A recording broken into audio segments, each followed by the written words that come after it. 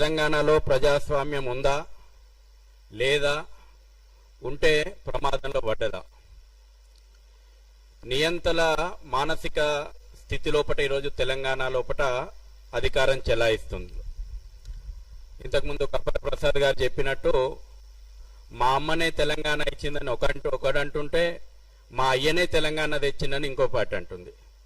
Congress party ఏమో సోనియమ్మనే తెలంగాణ, అమ్మ లేకపోతే తెలంగాణ లేదు, మా అయ్య లేకపోతే తెలంగాణ ఎట్లొచ్చిందని బీఆర్ఎస్ పార్టీ అంటుంది.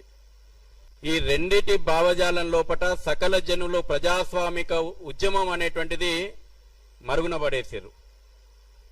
ఊరు వాడ ఏకమై తెలంగాణ ఆకాంక్షను ఏదైతే ఢిల్లీ వరకు చేర్చి వంట వార్పుల ద్వారా యావత్ 4.5 కోట్ల ప్రజానికం గొంతు ఏదైతే ఉందో, కవులు కావచ్చు, కళాకారులు కావచ్చు, రోజువారీ కూలి కావచ్చు, ఉన్నత వర్గాలు కావచ్చు, చదువుకున్నోళ్ళు కావచ్చు, చదువు లేనోళ్ళు కావచ్చు, అన్నిటికీ పరిష్కారం తెలంగాణ వస్తే సాధ్యము అని ప్రజలైతే ఉద్యమం చేసి సాధించుకున్నారు.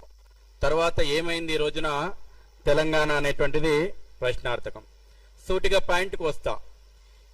నాకు కప్పల ప్రసాద్ గారు తెలంగాణ ఉద్యమంలోనే పరిచయం.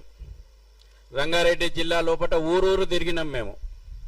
నేను ఒక విద్యార్థి నాయకునిగా, వారు ఒక జర్నలిస్టు నాయకునిగా తెలంగాణ ఆవశ్యకత గురించి ఊరూరు తిరిగి చెప్పి తెలంగాణ ఉద్యమంలో పాల్గొన్నాం. మురళీ మనోహర్ గారు ఉన్నారు ఇక్కడనే వేదిక మీద. 94 నుంచి నేను విద్యార్థిగా తెలంగాణ ఉద్యమంలో ఉన్నా. అప్పటికి కేసీఆర్ కూడా పుట్టలే, టీఆర్ఎస్ పార్టీ కూడా పుట్టలే. గోదావరి, కృష్ణా, తెలంగాణ సస్యశ్యామల యాత్ర ఏబీవీపీ చేసింది. ఆ రోజున విద్యార్థులుగా మేము బంగారు తెలంగాణ, సస్యశ్యామలమైనటువంటి తెలంగాణ ఆవశ్యకత గురించి చెప్పినాం. కానీ వాళ్ళు చూస్తుంటే బాధ అనిపిస్తుంటది. ఏమంటే ఓరోడిగా మేమే టీకేదారులం తెలంగాణకు.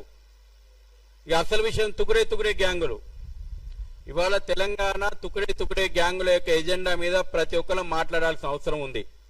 ఎందుకంటే ఈ తుకుడే గ్యాంగుల చేతులలో తెలంగాణ పెడుతందుకు కాదు, తెలంగాణ ప్రజానికం పోరాడింది. అసలు అంబేద్కర్ మహనీయుడు ఆలోచన చేసిండు. వాస్తవానికి సెకండ్ క్యాపిటల్ గా తెలంగాణ ఉండాలని, హైదరాబాద్ ఉండాలని కోరుకున్నాడు.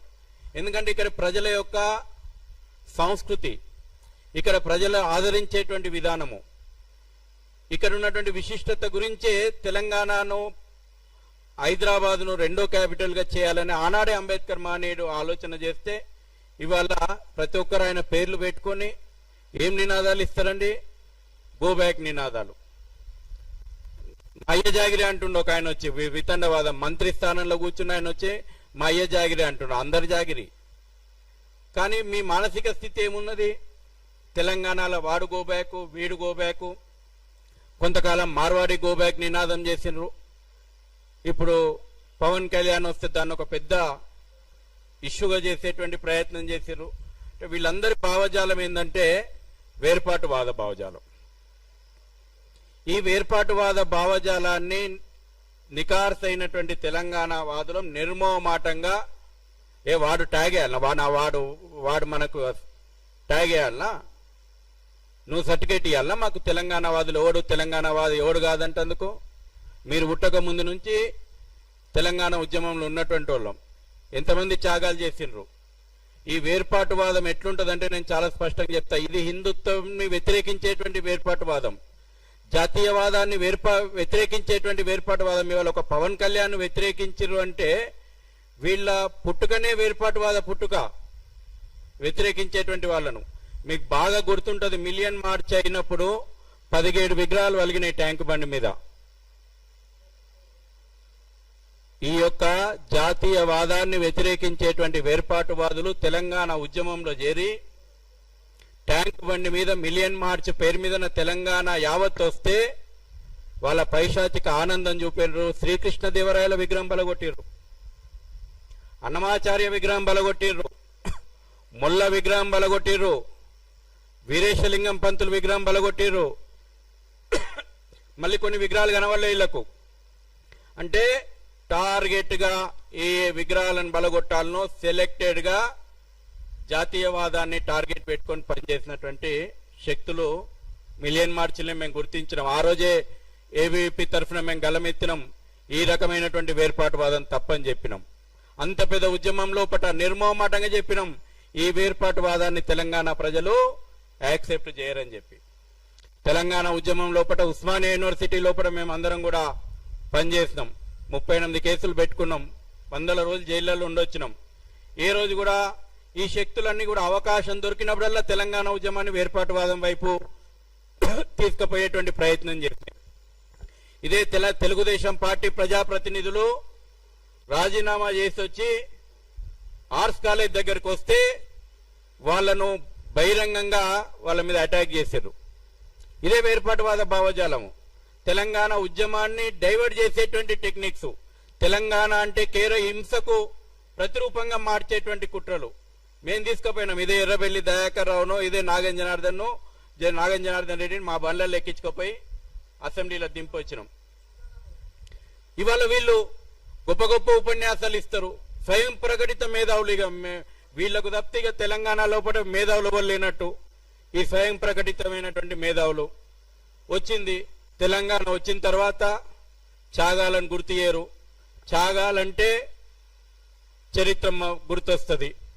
త్యాగాలు తెలంగాణ ఉద్యమం తెలంగాణ పోరాటం కేవలం ఈ బీఆర్ఎస్ పార్టీ పుట్టినాక గాల నిజాంకు వ్యతిరేకంగా గ్రామము రోకల్ బండ్లో కారం పొడి సుత్తె పట్టి కొట్లాడింది తెలంగాణ. ఎందుకు కొట్లాడింది? ఇక్కడి సంస్కృతిని కాపాడుకోవడానికి కొట్లాడింది. ఇక్కడ అస్తిత్వం మీద కొట్లాడింది. తెలంగాణ వచ్చిన తర్వాత ఇదే వేర్పాటువాద భావజాలము, ఇదే తుకుడే భావజాలం పోయి నిజాం సమాధికి గులాంగిరి చేస్తారా మీరు? ఒక్కనాడు కూడా అసెంబ్లీ ముందరున్నటువంటి సర్దార్ వల్లభాయ్ పటేల్ విగ్రహానికి పూలమాల వేయడానికి మనసొప్పని మీ భావజాలం. ఒక్కనాడు కూడా సెప్టెంబర్ 17 పోరాటాన్ని స్మరించడానికి ఒప్పుకొని మీ భావజాలం. నిజాం సమాధికి సలాం కొడుతుంది. ఎక్కడో టర్కీలో నిజాం వారసుడు చచ్చిపోతే ఇక్కడికి తీసుకొచ్చి అధికారిక అంత్యక్రియలు చేస్తారా మీరు? ఈ భావజాలాన్ని మనం అర్థం చేసుకోవాలా. ఈ రోజు కూడా ఆ భావజాలము పెట్టలేకపోతా ఉంది. కాబట్టి ఇంతకుముందు చెప్పిన అనేక విషయాలు ఎంఐఎం నేను వాటి జోలికి పోను. కానీ ఈ రోజున ఏ తెలంగాణ ముసుగేసుకుని అది నక్సలైట్ భావజాలం, వీళ్ళ పిల్లలు మాత్రం కార్పొరేట్ కంపెనీలలో జాబులు చేయాలా. ఇక ఈ కోదండరాములు, ఆ నాగేశ్వర్లు, ఇక పేర్లు ఇక చాలా పెద్ద లిస్ట్ ఉన్నది, టైం లేదు. వీళ్ళు మాత్రం మంది పిల్లలు మాత్రం నక్సలైట్లలో చేరాలి. నేను మొన్న డిబేట్లో అడిగినా, నీ పిల్లలు ఏం చేస్తున్నారు చెప్పు, ఏ కార్పొరేట్ కంపెనీలలో పనిచేస్తున్నారు చెప్పు, ఏ అమెరికా సామ్రాజ్యవాదం లోపల పనికి జాబుకు పంపించినవు చెప్పు. తెలంగాణ లోపల దారి తప్పించేటువంటి ఉద్యమాలని చేసినటువంటి వాళ్ళు ఈ రోజు కూడా అవే కుట్రలు చేస్తా ఉన్నారు. ఇదే కేవలం మనకు పైకి కనిపించేటట్టు పవన్ కళ్యాణ్ వస్తే వ్యతిరేకించరు. పవన్ కళ్యాణ్ వ్యతిరేకించరు అంటే వీళ్ళకి సనాతన ధర్మం గురించి గట్టిగా మాట్లాడతాడు, హిందుత్వం గురించి గట్టిగా మాట్లాడుతున్నాడు కాబట్టి వీళ్ళు వ్యతిరేకించాలా. ఈ రకమైనటువంటి విషయాలపైన ఇప్పుడు తెలంగాణ సమాజం లోపల మన ముందర ప్రశ్న ఉంది. మనం గట్టిగా మాట్లాడాల్సిందే, లేకపోతే ఈ తుకడే గ్యాంగులు తెలంగాణను వశం చేసుకోవాలని కలలు కంటున్నారు. అరే ఓడోడిగా నీకు వీడేమన్నా స్టాంప్ వేసి ఇవ్వాలన్నా తెలంగాణకు హైదరాబాద్కు రావాలంటే? వీడి భావజాలం ఎట్లయిపోయిందంటే ముఖ్యమంత్రిని, మంత్రులను, రాజ్యాంగాన్ని, వ్యవస్థలను ఇవేవి మాకు పట్టనట్టు మాదే తెలంగాణ అన్నట్టు మాట్లాడుతూ ఉన్నారు. తెలంగాణ ప్రజలు బలిదానాల చరిత్ర ఉంది, అవును. తెలంగాణ ప్రజలకు ఉద్యమాల చరిత్ర ఉంది, తెలంగాణ ప్రజలకు త్యాగాల చరిత్ర ఉంది.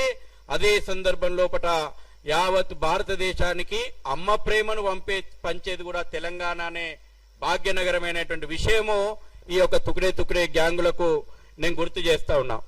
అవును, అంత ప్రేమ ఉంటే మరి ఎందుకు ఇవాళ సెక్రటరియట్ ముందర ఎందుకు కొత్త సెక్రటరియట్ కట్టుకున్నారు? దారుస్థలం నుంచి వచ్చిన అరబిక్ కల్చర్ గుర్తొచ్చింది కానీ కాకతీయ కల్చర్ మీకు గుర్తురాలా. కాకతీయ కల్చర్ గుర్తురాలా. సెక్రటరియట్ కట్టాలనుకున్నప్పుడు అరబిక్ కల్చర్ గుర్తొచ్చింది, దారుస్థలం నుంచి వచ్చినటువంటి స్ట్రక్చర్ గుర్తొచ్చింది. మరి సెక్రటరియట్ లో విగ్రహం పెట్టుకోవాలనుకున్నప్పుడు పివి నరసింహరావు గుర్తు రాలేదా మీకు? రాజీవ్ గాంధీ గుర్తొస్తాడు. ఇవాళ అనేక పథకాలకు తెలంగాణ పేర్లు పెట్టాల్సిన అవసరం లేదా? కాబట్టి మాట్లాడాల్సి వస్తే అన్ని మాట్లాడతాం. కాబట్టి ఒకటే విషయము, ఈ యొక్క తుకడే గ్యాంగుల ఎజెండా లోపట తెలంగాణ ప్రజలు పడొద్దు. రోహింగ్యా బంగ్లాదేశీయుని గురించి మాట్లాడరు. వానికి రేషన్ వంచి వస్తారు, వీళ్ళే షెల్టర్ జోన్లు ఏర్పాటు చేస్తారు. కానీ ఈ దేశంలో ఉన్నటువంటి మన తోటి పౌరులను మాత్రం వ్యతిరేకించాలి. మీ పిచ్చి పరాకాష్ఠకు చేరింది. ఈ పిచ్చిని తెలంగాణ స్వాగతించదు. ఇప్పటికైనా ఈ స్వయం ప్రకటిత మేధావులకు కానీ ఈ యొక్క ఠేకేదారులకు కానీ జ్ఞానోదయం కలగాలి. లేకపోతే మాత్రం ఖచ్చితంగా మిమ్మల్ని రోడ్ల మీద ఉరికిచ్చి కొట్టే రోజులైతే ప్రజల చేతులకు ఎజెండా తీసుకుంటే మీ పిచ్చిని బుద్ధి చెప్పేటువంటి రోజులైతే వస్తాయి.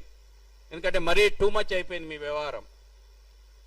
కాబట్టి ఈ యొక్క మంచి ప్రయత్నం చర్చ మీరు అన్నారు జిల్లాలో పెట్టాల్సిందే, ఓపెన్గా మాట్లాడాల్సిందే. ఓపెన్గా జాతీయ భావం వాడోడో కలలు కన్నాడట, తెలంగాణ వస్తే ఇక్కడ హిందుత్వం పెరిగిపోతుంది, జాతీయ భావం పెరిగిపోతుంది అని వాడు ఓవైసీ కలలు కన్నాడట. నిజం చేస్తాం బిడ్డ, నిజం అవుతుంది అది. ఖచ్చితంగా నీ కళలు నిజమయ్యే రోజులున్నాయి.